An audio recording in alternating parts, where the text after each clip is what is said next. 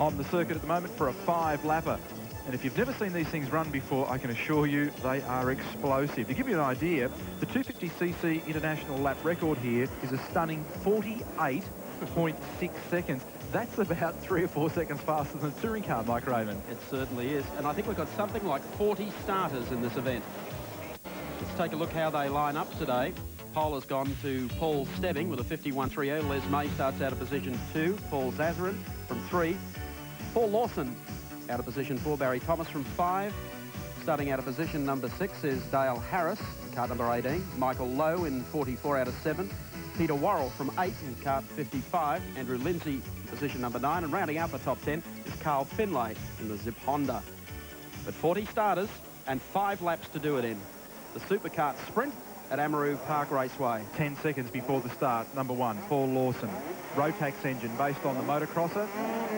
Drops the flag, and Lawson makes a pretty dreadful start, bogs it down, and would be back in 7th or 8th, and finally gets it on the pipe and underway. These things are 6-speed gearbox, basically all running on motocross style engines, but obviously modified to suit this type of racing. 4-wheel disc brakes, 6-speed gearbox, plenty of horsepower, little wings on the back of them, and they fly. There's Paul Stebbing out in front, coming down the hill for the first time to Honda Corner.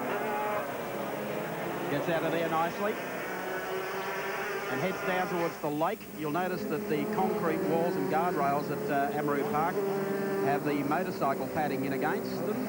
Can't understand why. Oh, that's why. Dear me. That was the head-oner, straight into the pad at the end of the lake. Paul Stebbing goes through on the inside once again. You've driven touring cars and sports sedans around here. It's not the smoothest racetrack in Australia. No, certainly not. This would be a rough ride. Yes, I reckon that backside will be a little bit sore after this exercise. This is a great scrap for the lead. Coming up into 3rd place there is Les May. Let's have a look what happened down into the stock corner. Whoa! Over a wheel. Dying.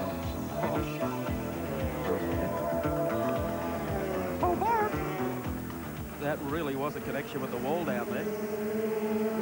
The marshals were on the spot very, very quickly. What happened was he rode up over the rear wheels of the cart in front. Double yellow flag down there at the moment. The new leader is now Les May in cart number 20. Stebbing in 2nd place, 33. White flag indicates there's a slow-moving vehicle on the course. And Paul Lawson in 3rd place after a dreadful start. They're all acknowledging more flag signals. Notice that Paul Lawson's car, if you look towards the front of it, you can actually see his feet sticking up through the top of the fiberglass cockpit area. And as we saw last time past the scene of the accident, the driver involved in that skirmish with the concrete wall is now out of the cart and walking around, so that is good news. There's Stebbing's feet. You can see them sticking through the nose cone of the car. You can actually see these guys working away at the pedals. Getting a little tight at the front of the field as they come down to the lake corner again. Now gas them up.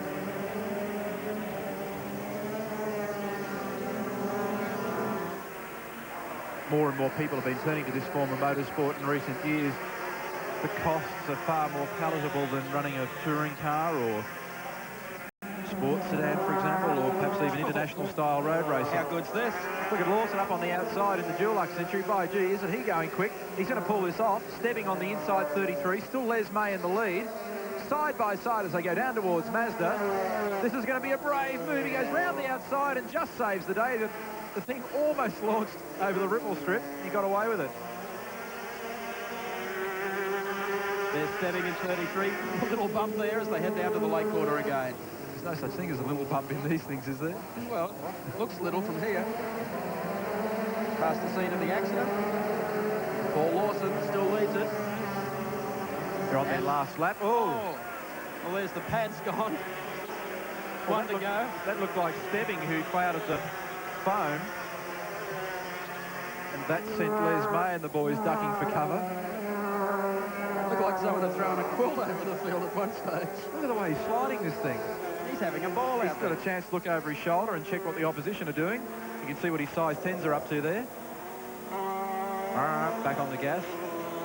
195 kilograms, the minimum all-up weight of both driver and cart. Paul Lawson was up on the front row of the grid, made a dreadful start though, and has recovered and decimated the field. There are a few that did it to themselves. Coming up to the through the late quarter for the final time. Checkered flag at the ready, and it'll be Paul Lawson. Gets around the bed sheets to go on and pick up a checker. Lawson home first. And there's the aftermath of someone who clipped the pads coming out of the corner. Let's have a look at this on replay, what happened. That's Paul Stebbing. And he's brought down the Sealy Posturepedics. And Les May takes evasive action and dives towards the grass, and that's the man that won. Well, what an excellent superkart sprint race. Paul Lawson, the race winner. And some exciting racing from the karts. Let's go to Gary Wilkinson. Exciting.